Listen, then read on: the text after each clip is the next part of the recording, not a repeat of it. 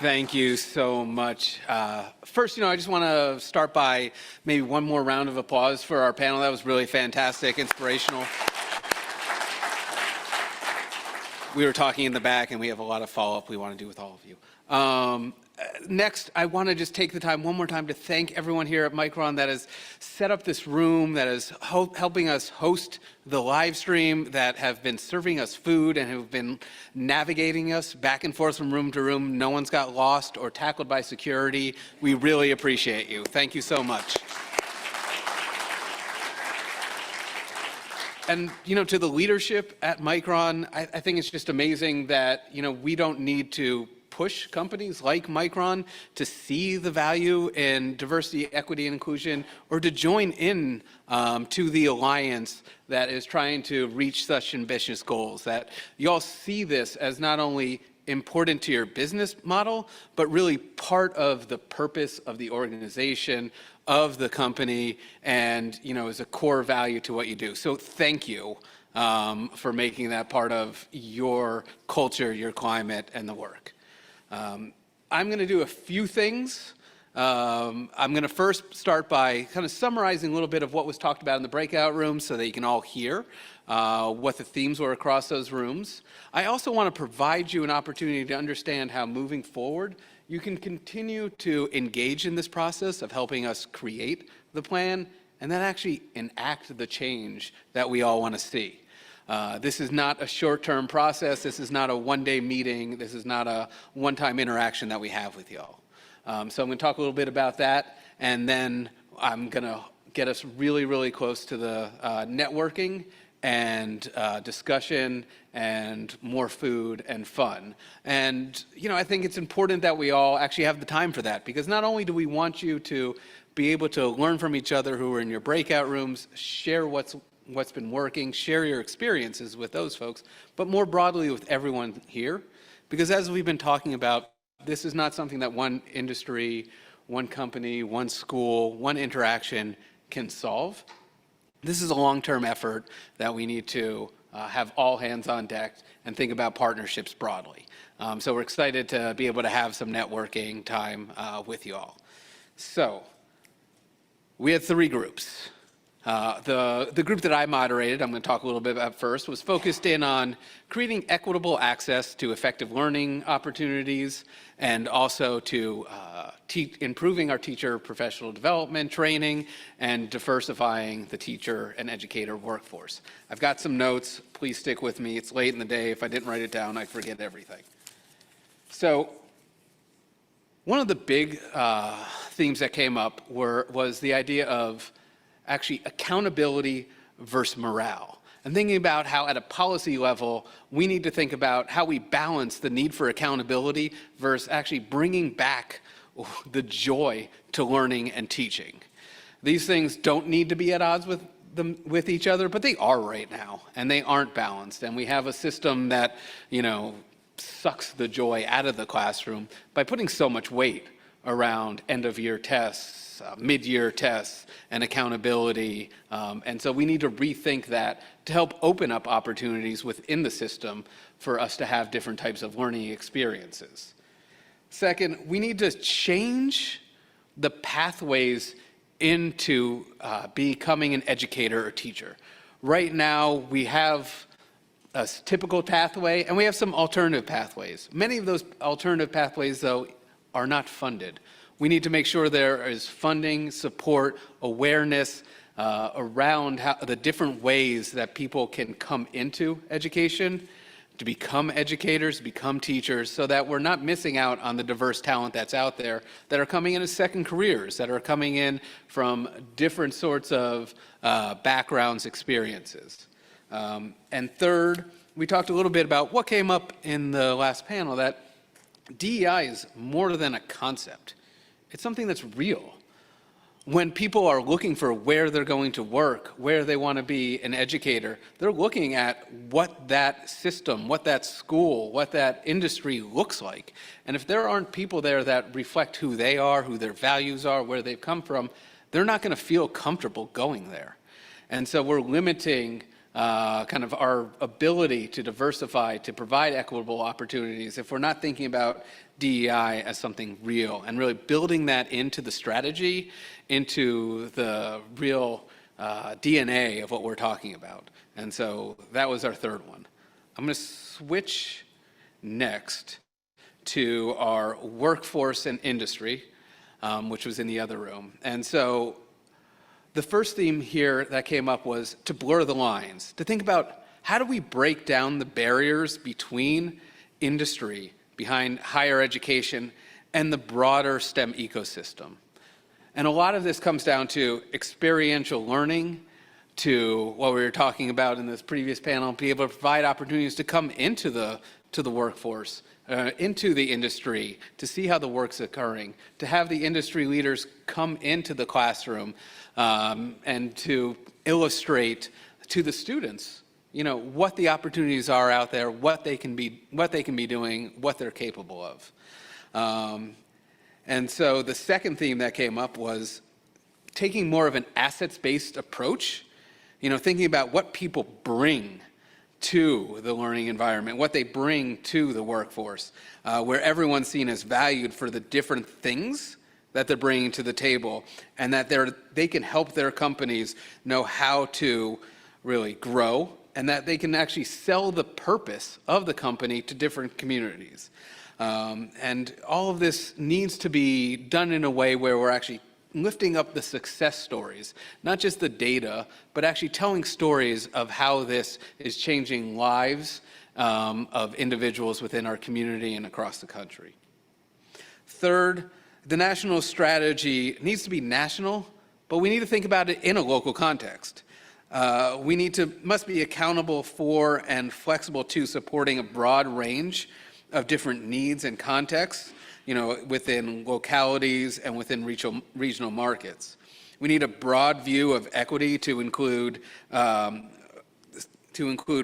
different ways that STEM is being instantiated across the country, and to be inclusive of things like agriculture, forestry, and other industries that we don't typically think of. So those were our 3 takeaways there. Excuse me, I got the last one is on text, so I'm going to open up my phone here. Sorry about that. Hopefully it won't close out on me. So the third one was our group that was looking at the R&D infrastructure and higher education. And there they talked about kind of reinforcing the critical need for collaboration and partnership to accomplish our goals, especially between communities, higher education, and industry. We need to bring all of these groups together to think about those really tricky transition points, to be thinking about how we can work together and have shared goals. Second, they discussed the need for capacity building strategies to support minority-serving institutions to fully participate in the STEM research and development enterprise. Both from a research infrastructure lens as well as a fiscal compliance lens as well.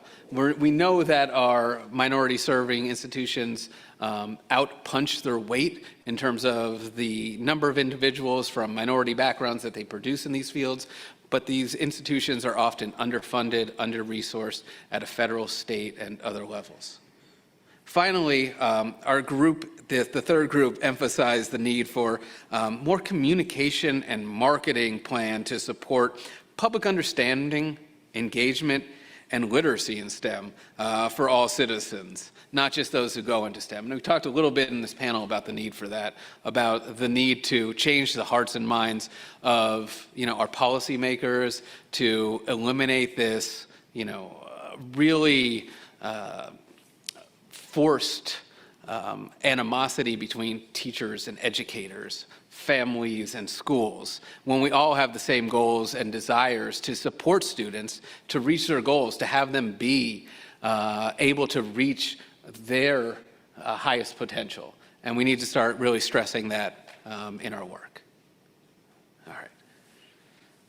So I really appreciate everyone's work, the difficult conversations, the time and effort that you put into those breakout sessions. And we really are looking forward to continuing those conversations. And as Travis emphasized earlier today, we're really in the second phase of our 4-stage phase process of building this co-constructed plan for the future. Moving forward in phase 3, we're going to start kind of tweaking what we put together in our strategy. And to be able to do that, we'll release a penultimate draft of the strategy and put it out for public input. And we'll be sending it all to all of you to be able to provide more specific guidance about what's there, what's not there, what we got right, what we got wrong. In addition, after today's event, I'll send you a message that not only will invite you, hopefully, to stay engaged through our listserv and to think about having your organization become a partner, but also provide you access to a web form that will allow you to provide more individual feedback and to share it with your colleagues who you think might want to provide input as well. And then the final phase is we're actually going to implement this plan. And so we're going to be working to continue to generate interest in the plan, to continue to broaden our partnership base, and to continue to ask for what we're doing well, what can be improved, and how we can hopefully together reach these goals. So even the final plan that we're going to release early next year won't be the final plan. It'll be the first edition of that final plan. And we hope with you that we can continue to refine that plan, put together more sensible goals, and help you contribute to that plan. And part of that plan actually will be working with organizations, companies like Micron, to shift their initial commitment with us from here's what we're doing right now to here's what we can commit to do over the next 3, 5, 10, 25 years to align with this strategy. And so we'll be working to have companies and our partners have those aligned goals that we'll be tracking and holding them responsible for and reporting out on in a public way to illustrate where we're reaching our goals and where we're not. And so along with all of that, we're continuing to do these public events. We'd love to have you, your colleagues, others involved in them. Here's just a quick list of where we're going to be at, where we're going to be. And so please do go to our website. I'm not going to try to read the website. We all know how that can go poorly. But go there. They are all listed there. I'm not calling out Travis. You can also reach us at our email address that I'll be following up with you, and you can tweet to us as well. I think the important thing here is if you're really interested in getting your organization engaged, your university, please do email soa@AAAS.org. I'll send you some guidance on what that means.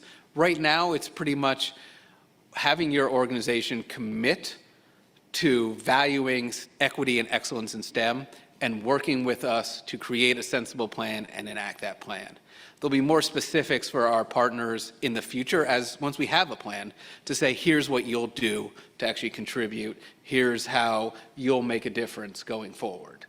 And so with that, again, I want to thank you for your time, your commitment, and I'm really looking forward to our Micron helping us wrap up and sending us to our networking.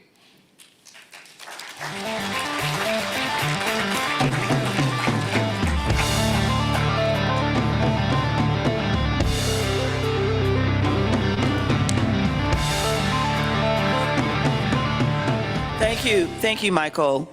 And I just want to extend a thank you to all of our speakers today.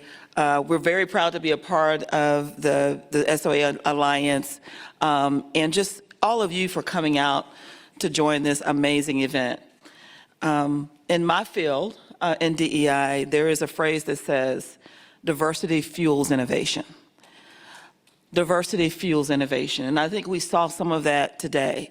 DEI was weaved throughout most of the conversations we had this morning and this afternoon, and I'm so glad we had a chance to think outside of the box in this space. So I will say, wow, number one. It really was a powerful day, certainly for me, and I hopefully for all of you as well. I've learned a lot. This last panel with Robert is, what makes you hopeful? I'll just add to the list of all the things that makes us hopeful. And I would say this opportunity here, this opportunity to have a multi-generational impact across this nation in the STEM field. It's amazing. It's something there for everyone. And when you think about full participation, it's all of us coming together. So I also enjoyed getting to know each of you. Some of you I had a chance to sit down and have conversation with, and so thank you very much. It was great. And I'm also very excited to get to know you better at the reception coming up that's behind me or over here. Where is it at, you guys? Okay, to the right. All right. So with that, thank you once again. And as we get ready to roll up our sleeves and get to work tackling these demanding yet critical challenges, I'm glad we have all of you on the team. I will be at the reception. Hopefully all of you will be able to join us. And I hope you all enjoy the convening today. Thank you so much and look forward to meeting you in the reception.